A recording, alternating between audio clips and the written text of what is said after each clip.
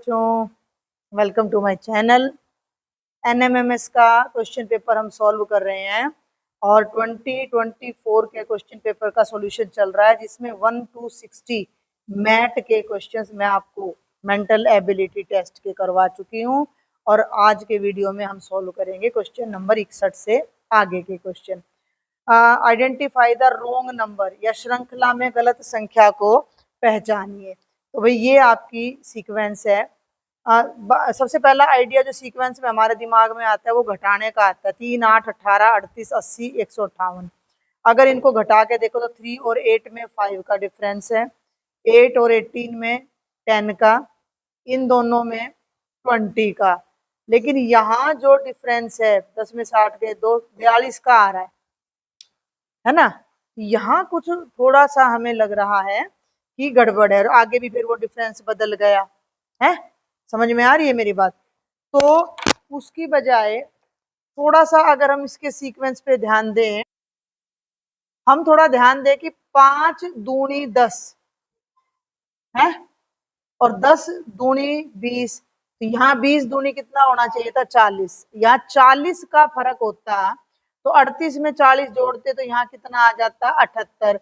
और ये फिर कितने का फर्क हो जाता? 80 का। तो 40 दूनी 80 हो जाता। बिल्कुल बढ़िया चलता सारा। 5 दूनी 5 टू जा 10 टू जा 20 टू जा 40 टू जा 80। तो इसका मतलब यहाँ 80 नहीं 78 होना था, तो गलत नंबर 80 है। ठीक है, आगे चलते हैं क्वेश्चन नंबर 62 पर। यदि दिल्ली को इगोलन लिखा जाता है तो उसी भाषा में बेंगलोर को कैसे लिखा जाएगा? तो हमने ये पैटर्न पकड़ना है दिल्ली का, है। थोड़ा सा नोट करो, DELHI और दिल्ली को हम लिख रहे हैं EGOLN। अब दिल्ली में डी में अगर एक जोड़े तो ई बन जाएगा, ई में EFG दो जोड़े तो भाई मेरी बात समझ रहे हो ना। इसको थोड़ा सा नीचे सरकाऊं, अरे एक सेकंड, इसको हम थोड़ा सा यहाँ नीचे ले लेते हैं। ठीक है, ये आपका ई है और ये जी है। अगर मैं डी में अगला नंबर लूं यानी जस्ट एक बाद, तो ई आ गया। ई के 2 नंबर के बाद यानी कि ई के बाद एफ, एफ के बाद जी, 2 में LMNO यानी कि एल से तीसरे नंबर पे। या आप इसको ऐसे भी ले, अगर जोड़ने वाली बात जहां चल रही है, अगर एक मिनट, जोड़ने वाली बात अगर चल रही है तो वैसे तो डी में कुछ नहीं जोड़ा, लेकिन हम अपना जो तरीका वो ध्यान रखना कि डी से जस्ट एक नंबर बाद, ई से जस्ट 2 के। अब एल के 3 बाद यानी कि एल के बाद एम आएगा, एम के बाद एन, एन के बाद ओ आएगा। ये पैटर्न ध्यान रखना। अब HIJKL, एच के 4 के बाद एल आ रहा है, तो यहाँ 5 के बाद आएगा IJKLMN, 1 2 3 4, 5वें नंबर पे एन आ रहा है, यानी 1 2 3 4 5 बढ़ते क्रम में हम चल रहे हैं। लॉजिक समझ आ गया? अब आ जाओ भैया बेंगलोर पे, अब आ जाओ बेंगलोर पे। तो अब मैं डायरेक्ट करूंगी बेंगलोर से एक अगला नंबर, बी से अगला सी, ए के 2 बाद बी छोड़ के फिर से सी, एन के मतलब यहाँ एक बढ़ाना, यहाँ 2, यहाँ 3, यहाँ 4, यहाँ 5, यहाँ 6, यहाँ 7, यहाँ 8 और यहाँ 9 नंबर बढ़ाना है। अब तुम्हें ज्यादा काम करने की जरूरत नहीं है। एन के बाद 3 बढ़ाना ना, एन, एन के बाद आएगा ओ, ओ के बाद पी और पी के बाद क्यू। आंसर भी तो साथ साथ देखते चलो, पूरा आंसर थोड़ी निकालना है, आंसर तो हमें मिल रहा है। हाँ, तो चौथे पे आ जाओ, क्योंकि 2 सी इसी में आ रहे हैं और किसी में 2 सी आ ही नहीं रहे, तो हमारा जो आंसर है वो कौन सा हो जाएगा? 4th हो जाएगा। हर बार सवाल पूरे नहीं करने होते इस तरह के में, ये मैथ्स के नहीं है कि पूरा लंबा पेपर है भाई, सब्जेक्टिव पेपर है तो सॉल्यूशन आपको पूरा प्रेजेंट करना है। ये थोड़ा अलग है, इसका लॉजिक जल्दी से ध्यान आता नहीं है। किसी निश्चित कूट भाषा में s को 40 लिखा जाता है। In a certain code s is written as 40 और बैट को 48 लिखा जाता है, तो बैट को 48 लिखा जाता है। ठीक है, तो उसी कूट भाषा में बॉल को क्या लिखा जाएगा? इन अ सर्टेन कोड, s को 40 लिख दिया, बैट को 48, तो बॉल क्या लिखेंगे? देखो जब भी नंबर का क्वेश्चन आता है तो हम ज्यादातर हमारे दिमाग में क्या आता है कि डिजिट की पोजीशन देख लो। अब ये एस है तो एस, मैं आपको बताती चलूं, एस 19वां नंबर है। एस की जो पोजीशन है वो 19th पोजीशन है, और 19 के अंकों का जोड़ करोगे तो कितना आएगा, 9 और एक 10 आएगा, और ये 10 का 4 गुना 40 बन रहा है। समझ में आ रही मेरी बात? ये लॉजिक इस पे लगा के देखो, बी की पोजीशन दूसरी है, ए की पोजीशन पहली है, और टी की पोजीशन 20वीं है। तुम देख लेना, इसके अंकों को जोड़ोगे तो 2 और एक 3, 20 और 3 23, और 23 का 4 गुना करोगे तो 92 आ गया, 48 तो नहीं आया। ये लॉजिक हो गया फेल। हो गया। ऐसे लॉजिक ढूंढने हैं, मैं तो भाई बहुत डिटेल में तुम्हें एक एक क्वेश्चन करवा नहीं रही, लेकिन इस तरह करोगे तो ये लॉजिक तुम्हें ढूंढने पड़ेंगे। अंकों के जोड़ से तो बात बन नहीं रही। तो जो मेरा लॉजिक था, जो मैंने टाइम लगा के इसको किया, कि 19वीं पोजीशन है, 19 का डबल करो 38, और 38 में 2 जोड़ो 40, इसके अंकों को जोड़ लो 23, 23 का डबल करो 46, और 46 में 2 जोड़ दो 48। आ गया। एस का 40 आ गया, बैट का 48 आ गया। अब बॉल पे आ जाओ, B A double L, ball दूसरे नंबर पे आ रही है, ए पहले नंबर पे आ रहा है, एल 12वें नंबर पे आ रहा है, और 12 जोड़ो, 12 12 24, और एक 25, और 2 27, 27 का दुगुना 54, और उसमें 2 जोड़ दो तो कितना आया, 56, और 56 आप देख सकते हो कि आपके आंसर में है, तो पहला आपका करेक्ट आंसर हो जाएगा। ये मत सोचना कि ये मेरे को 1 ही मिनट में आंसर मिल गया था। मेरी बात समझ रहे हो ना? मैंने तुम्हें पहला लॉजिक दिमाग लगाया कि 19वां नंबर है, 19 के अंक का दुगुना 19 के अंकों को जोड़ के करके देखो, तो लॉजिक इस पे फिट नहीं बैठा। फिर और लगाया, फिर और लगाया, तो ये थोड़ी प्रैक्टिस मांगते हैं इस टाइप के क्वेश्चंस। हर टाइप के क्वेश्चन प्रैक्टिस ही मांगते हैं। ठीक है। तो पेपर में कई बार ऐसा भी हो जाता है कि हमें एकदम से आइडिया आ जाए, नहीं आए तो उस क्वेश्चन को स्किप कर दो, छोड़ दो, दोबारा पलट के आ जाना, लेकिन उसके चक्कर में 10 क्वेश्चन का टाइम मत खराब करना। ठीक है। प्रैक्टिस में चाहे कितना टाइम खराब करो, लेकिन जब पेपर में बैठो तो वहां नहीं करना। 64वें पे आ जाओ, फाइंड ओड वन आउट, इनमें से कौन सा अलग है, कान, आंख, नाक और गला। सिंपल, हाँ बताओ। गला क्यों? क्योंकि मैम कान और नाक ये ज्ञानेंद्रियां हैं हमारी, इनसे हम देखते सुनते हैं। गला ज्ञानेंद्रियों में नहीं है, तो ये अलग हो जाएगा। अब ये भी थोड़ा अलग क्वेश्चन है, क्वेश्चन नंबर 65 देखो। ये कुछ दोस्तों ने पिकनिक पर जाने का फैसला किया और खाने पीने की चीजों पर 96 रुपए खर्च करने की योजना बनाई, लेकिन उनमें से 4 नहीं आए। नतीजतन बाकी लोगों को 4 रुपए अतिरिक्त देने पड़े। पिकनिक में शामिल होने वाले लोगों की क्या संख्या थी? अब ये क्वेश्चन ना अलजेब्रा से होता है, मैं तुम्हें बता दूं, और अलजेब्रा का जो मेथड इस पे अप्लाई हो रहा है वो 10th क्लास में आता है, काफी डीप मेथड है। हम उससे कर सकते हैं कि मान लिया भाई कुल बच्चे हैं एक्स, एक के हिस्से में आया 96/x, फिर 4 दोस्त चले गए तो x-4 रह गए, तो 96/x-4, इस इन दोनों को आपस में घटा लो, तो इन दोनों को आपस में घटाओगे तो 4, इसको हल करोगे, तो ये मेथड आपके लिए कामयाब नहीं है। अब तुम कहोगे अब हम क्या करें, मतलब मेथड है, अलजेब्रा है, बट हम उस पर टाइम नहीं लगाएंगे। दूसरा मेथड है हिट एंड ट्रायल का, चारों उत्तर फटाफट ट्राई कर लो। मान लो पिकनिक में, कह रहा है पिकनिक में शामिल होने वालों की संख्या क्या थी। 4 जने चले गए, उसके बाद पिकनिक में जो बच गए वे बताने हैं। पहला ही उत्तर 8 है, मान लो भाई पिकनिक में शामिल हुए 8 जने, चले कितने गए थे, 4, तो शुरू में तो कितने जने थे, 12 थे ना। अगर शुरू में 12 जने थे तो 96 को 12 से भाग करा तो एक आदमी के हिस्से में 8 रुपए आ रहे थे। कहानी समझने की कोशिश करना भाई, हर आदमी ने 8-8 रुपए दे दिए 12 जनों ने, हैं 3 4 5 6 7 8 9 10 11 12, 12 जनों ने 8-8 रुपए दे दिए, देने थे भाई, 8-8 मिला के पार्टी कर लेंगे। लेकिन भाई ये चारों भाग गए और खर्चा हो चुका है 96 रुपए का। जने बच गए कितने, 8। 96 को 8 से भाग करोगे तो 12 रुपए आएगा एक जने का खर्चा, यानी हर एक को अब यहाँ 4-4 रुपए मिलाने पड़ेंगे, तो 12-12 रुपए हो जाएंगे और 12 8 96 पूरा हो जाएगा। यानी कि ये बाई चांस हमारा तो पहला ही उत्तर फिट बैठ गया। लो ये तुक्का लग गया बाई चांस, नहीं भी लगता। मान लो 12 पकड़ ले भाई, पिकनिक में कितने दोस्त शामिल हुए 12, गायब कितने हो गए 4, तो 12 और 4 कितने दोस्त थे शुरू में 16 दोस्त थे, तो एक दोस्त के हिस्से में रुपये आ रहे थे 6, 16 छिक्का 96। मेरी बात समझ में आ रही है कि नहीं आ रही है?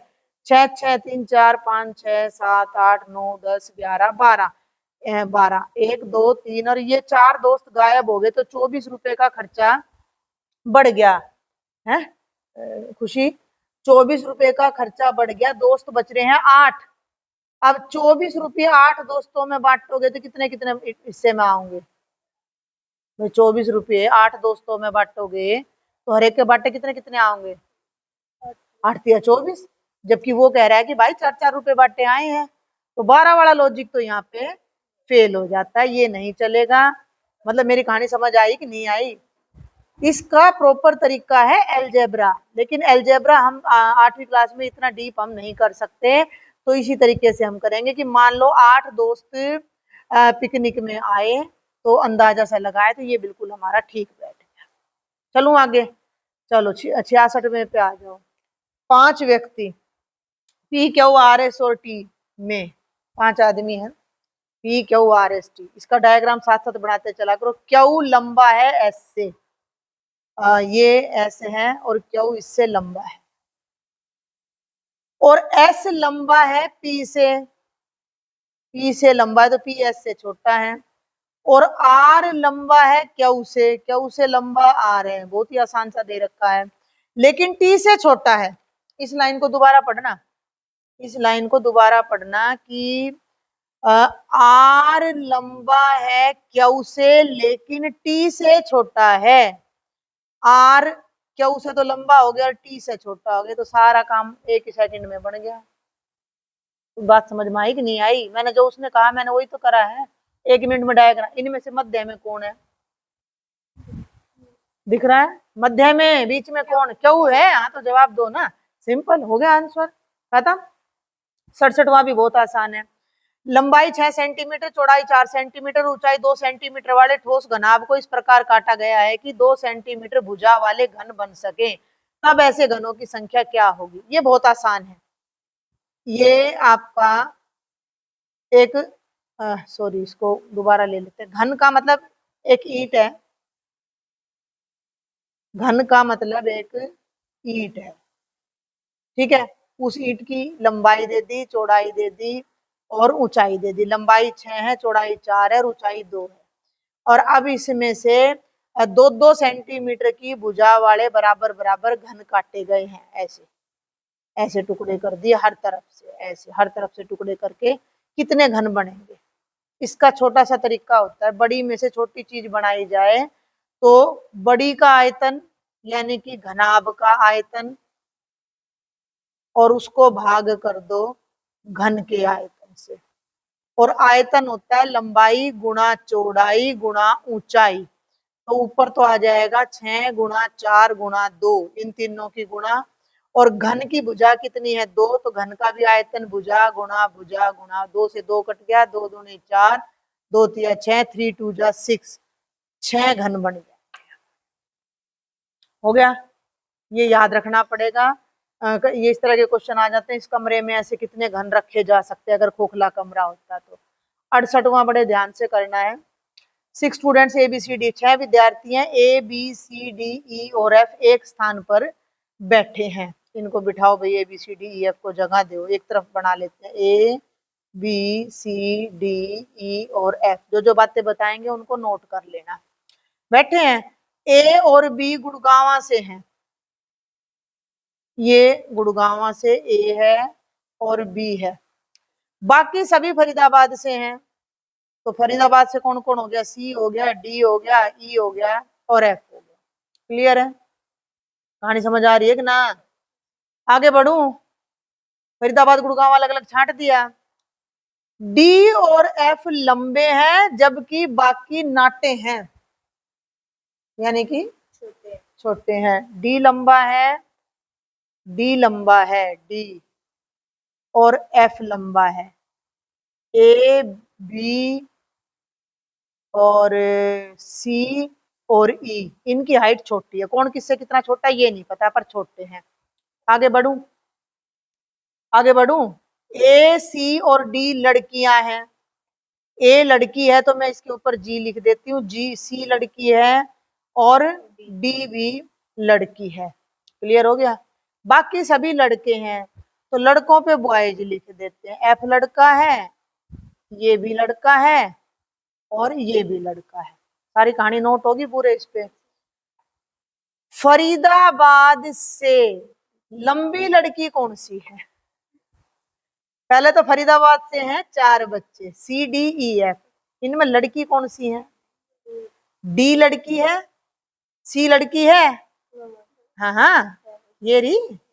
सी भी लड़की है, ई लड़की नहीं है, एफ भी लड़की नहीं है। और सी और डी में लंबा कौन है? डी। अरे सी और डी में लंबा कौन है? डी। तो फरीदाबाद से लंबी लड़की कौन हो गई? डी। देखो कितना बेवकूफ बना रहे हैं।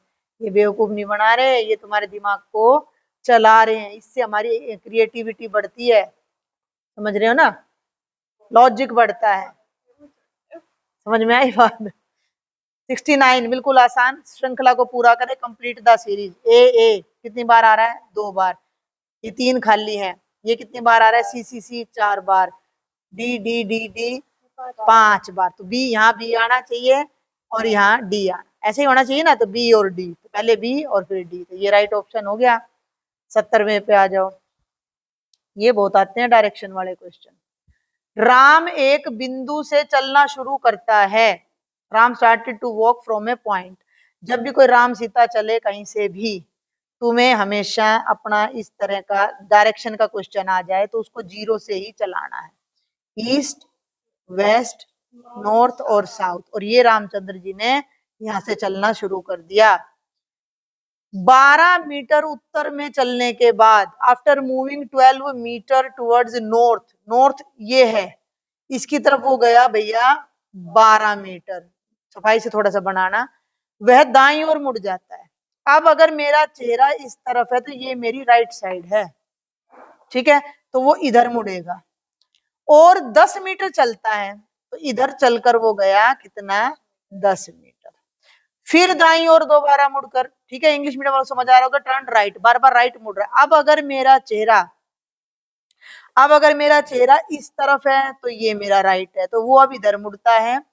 वह दाईं ओर दोबारा मुड़कर, सॉरी, फिर 12 मीटर चलता है, मुड़कर 12 मीटर। भैया ये भी 12 था और वापिस 12, तो ये तो यहीं आ गया, आ गया। अब मुंह इधर है। अब मेरा मुंह अगर इधर है तो मेरी अगर मेरा मुंह इधर है तो ये मेरी राइट साइड है और ये मेरी लेफ्ट साइड। अब पढ़ो ध्यान से। अब वह बाएं ओर मुड़कर 5 मीटर चलता है, तो ये मैं बता चुकी हूँ, बाईं ओर इस तरफ है, ठीक है। तो बाईं ओर इधर मुड़ा और कितना चला? 5 मीटर। यहाँ तक किसी को समझ ना आया हो? राइट लेफ्ट का ध्यान रखना पड़ेगा, तुम्हें अपने आप को मानना पड़ेगा कि मैं इस लाइन पर चल रही हूँ, तो मेरा बायां हाथ किधर है और मेरा दायां हाथ किधर है। क्वेश्चन पढ़ो। अब तक वह कुल कितना चला? कितना चला तो जोड़ दो भाई।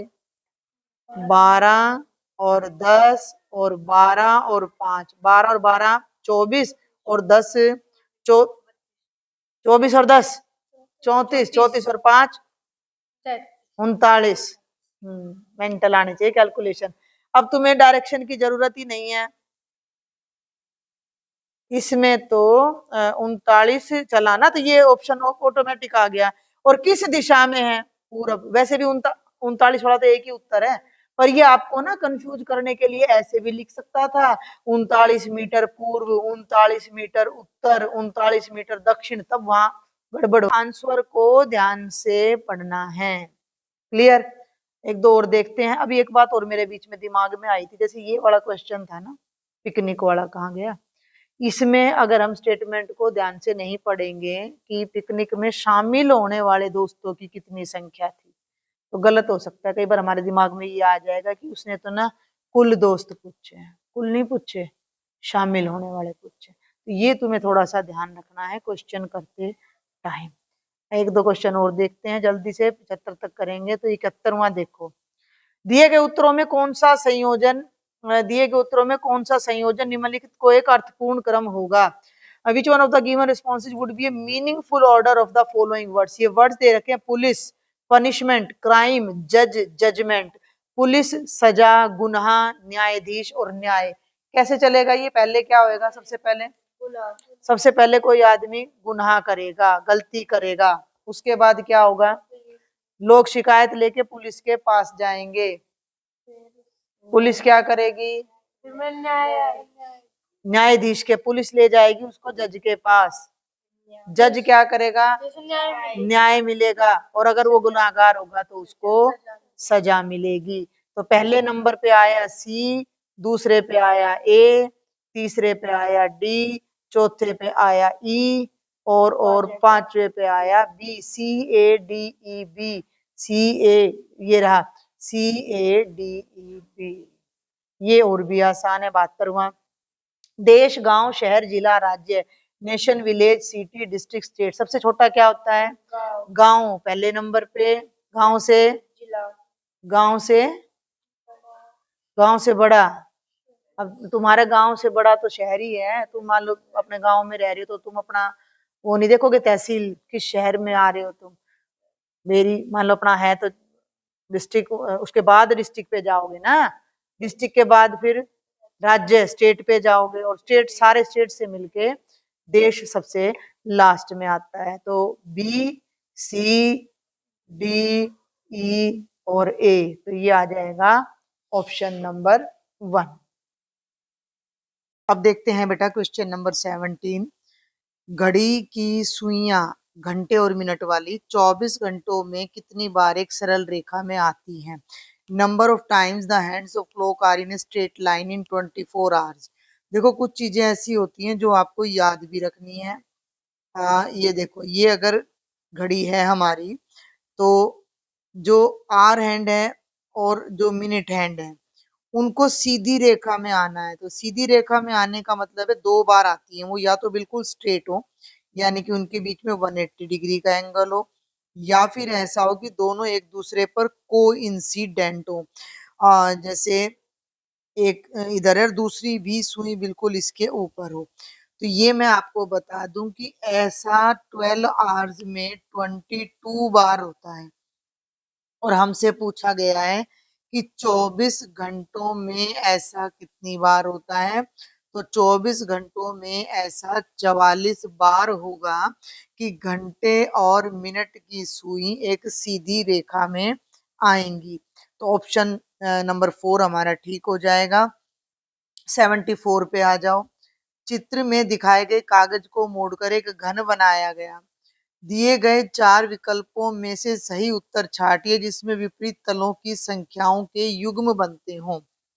A sheet of paper as shown in figure is folded so as to form a cube. Select the correct answer from the 4 alternatives in which pairs of faces are opposite. इस तरह का क्वेश्चन इसी paper में पहले भी आया है, उसमें मैंने आपको बकायदा मोड़कर इस तरह के नेट को मोड़कर मैंने क्यूब बनाकर दिखाया था।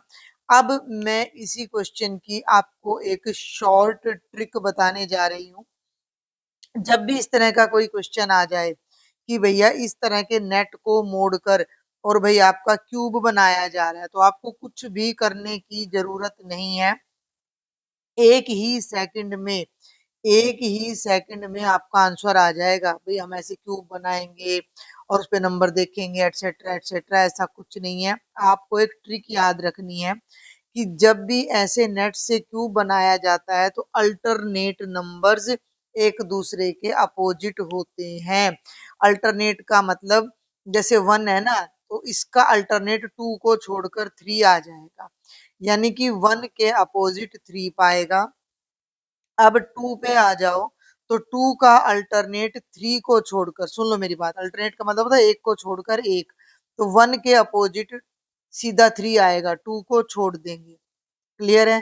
2 के अपोजिट सीधा 4 आएगा, बीच में 3 को छोड़ देंगे। ये जो दो अलग थलग पड़े हैं 5 और 6, ये दोनों एक दूसरे के अपोजिट आ जाएंगे। क्लियर है? ये शॉर्ट ट्रिक है जो कि आपने याद रखनी है। ठीक है, मैंने इनको अलग अलग कलर से कर दिया है। मेरा लॉजिक समझ आ गया कि अल्टरनेट नंबर्स एक दूसरे के अपोजिट होंगे। अल्टरनेट नंबर्स बोल लो, डिजिट्स बोल लो, आर अपोजिट। अल्टरनेट का मतलब हिंदी में बोलूं तो एक छोड़कर एक नंबर, तो एक के अपोजिट 3 होगा, दिख रहा है रेड कलर में। 2 के अपोजिट 4 होगा और 5 के अपोजिट 6 होगा, तो ऑप्शन ए 1 आपका करेक्ट हो जाएगा। और अब जल्दी से इस वीडियो का लास्ट क्वेश्चन देखते हैं, क्वेश्चन नंबर 75।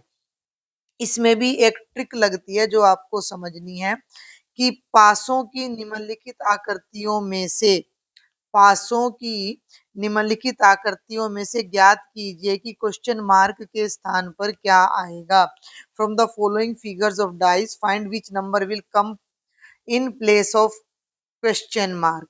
देखो बेटा, यहाँ एक दो बातें मैं आपको बताना चाहूंगी कि दो तरह की डाई होती हैं। एक होती है standard die, standard dice, standard dice जिससे हम लूडो खेलते हैं। तो स्टैंडर्ड डाइस में जो दो नंबर होंगे उनका जो एक दूसरे के अपोजिट होंगे, first number plus second number का सम ऑलवेज 7 आएगा। क्लियर हो रही है मेरी बात? जब भी आप लूडो की डाई लोगे तो आप हमेशा देखोगे कि एक के अपोजिट 6 आ रहा है, 2 के अपोजिट 5 आ रहा है और 3 के अपोजिट 4 आ रहा है। तो अगर आपके पेपर में ऐसे स्टैंडर्ड डाइस मिल रही है तो आपको कुछ करने की जरूरत ही नहीं है।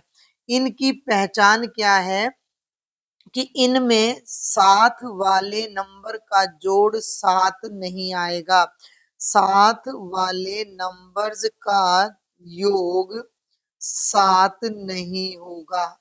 क्लियर है? अब हमें जो डाई दे रखी है उसको ध्यान से देखो, तो 4 और 3 7 आ रहा है, 5 और 2 7 आ रहा है, 6 और 1 ये 7 वाले नंबर है, इनका जोड़ 7 आ रहा है, तो ये स्टैंडर्ड डाइस तो नहीं है। ठीक है, दूसरी डाइस जो आपकी होती है बच्चे वो होती है जनरल डाइस। कौन सी होती है? General dice. जनरल डाइस में क्या होता है कि एडजेसेंट नंबर्स का जोड़ कहीं ना कहीं 7 आएगा, साथ वाले किन्हीं दो नंबर्स का योग कितना होगा बच्चों? 7 होगा। तो पहले तो आपको अपने क्वेश्चन में ये चेक करना है कि आपको स्टैंडर्ड डाइस मिली है या जनरल। अगर स्टैंडर्ड डाइस मिली है तो मुंह जुबानी क्वेश्चन है, 1 के सामने 6, 2 के सामने 5 और 3 के सामने 4 आएगा। लेकिन जनरल डाइस को करने की एक ट्रिक है, आपको मैं अभी तो यही क्वेश्चन करवा रही हूँ, जैसे और भी क्वेश्चंस के लिए मैं कोशिश करूंगी एक सेपरेट वीडियो आपके लिए ला दूं। आप क्या करो, ये पहली दो पेयर ले लो। ध्यान देना, जनरल डाइस की पहचान मैंने बता दी है, इनका जोड़ 7 आ रहा है, इनका जोड़ 7 आ रहा है और इनका जोड़ 7 आ रहा है। इनमें आपने क्या करना है कि पहले दो डाइस को पकड़ना है और इनमें जो कॉमन नंबर है उसको छांटना है, तो दोनों में दो कॉमन है। क्लियर है? मेरी बात को ध्यान से सुनना कि पहली डाई में, इधर करती हूं मैं, पहली डाई में और दूसरी डाई में कॉमन नंबर छांट लेना है, दोनों में कॉमन नंबर है 2। ठीक है, इसको मैं नाम दे देती हूँ डाइस नंबर 1, इसको नाम दे देती हूँ डाई नंबर 2, इसको नाम दे देती हूँ डाई नंबर 3। अब दोनों डाइस में जो कॉमन नंबर है वो हमने लिख लिया। एक यहाँ मैं इसको डाई कर देती हूँ, सिंगुलर में भाई आपका डाई होता है बच्चे, और प्लूरल जब आप लेते हो तो डाइस हो जाता है। इन छोटी छोटी बातों का ध्यान रखना है। अब जब कॉमन नंबर हमने छांट लिया तो आपको क्लॉकवाइज चलना है। क्लॉकवाइज का ध्यान कर लेना है कि अगर ये घड़ी है, ठीक है भाई, अगर ये घड़ी है तो घड़ी हमेशा ऐसे चलती है, राइट टू लेफ्ट घड़ी की सुइयां चलती हैं। तो आपने भी राइट टू लेफ्ट चलना है, तो दो ऐसे चलना है आपने, ऐसे। क्लियर है? 2 के बाद अगर घड़ी चलेगी तो ऐसे चलेगी ना घड़ी। ठीक है, तो 2 के बाद 4 और 4 के बाद 3 आएगा, तो आप यहाँ 2 के बाद 4 और 4 के बाद 3 लिख दो पहली डाई पे। अब दूसरी डाई पे आ जाओ, 2 कॉमन लिया था तो घड़ी तो ऐसे चलेगी ना, ऐसे। ऐसे ही आपने चलना है, 2 के बाद 1 और 1 के बाद 5 इनको लिख दो, 2 के बाद 1, 1 के बाद 5। ये चीज़ हमें क्या बता रही है? ये चीज़ हमें क्या बता रही है कि इन डाई में, ये जो जनरल डाई हमें क्वेश्चन करने के लिए दी गई है, इनमें 4 के सामने तो 1 आ रहा है।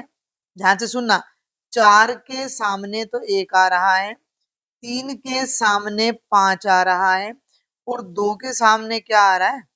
नंबर कौन सा गायब है? 1 आ गया, 2 आ गया, 3 आ गया, 4 आ गया, 5 आ गया, 6 बच गया।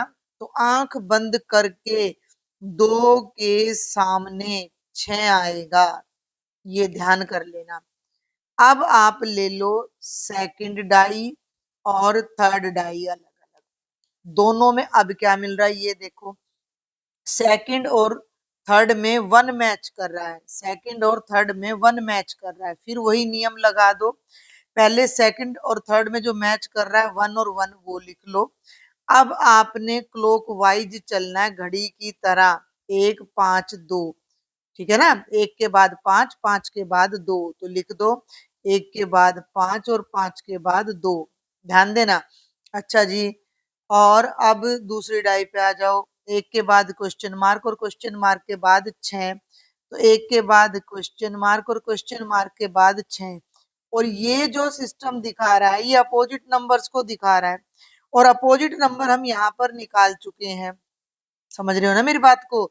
अगर मैं इसको यहाँ लिखूं तो 2 के सामने 6, 4 के सामने 1 और 3 के सामने 5 या 5 के सामने 3। अब इस डाई में जो ये क्वेश्चन मार्क आ रहा है ये तो बच्चों 5 के सामने आ रहा है। 5 के सामने क्वेश्चन मार्क आ रहा है और 5 के सामने क्या आना चाहिए? 3। तो क्वेश्चन मार्क की जगह हमारा 100% क्या आएगा? 3 आएगा। तो आप ऑप्शन भी 3 है और आंसर भी 3 है, तो ये हमारा करेक्ट आंसर हो जाएगा। थोड़ा आप इस वीडियो को आराम से, प्यार से, ध्यान से सुनना।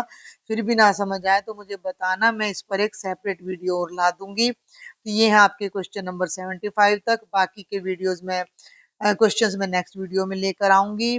तब तक जिन बच्चों ने चैनल को सब्सक्राइब नहीं किया है भाई जल्दी से कर लें। अब आपका एनएमएमएस का पेपर नजदीक आ गया है और इसकी तैयारी के लिए ज्यादा से ज्यादा बच्चों को ये वीडियो भी शेयर करें। मिलते हैं नेक्स्ट वीडियो में। Thank you.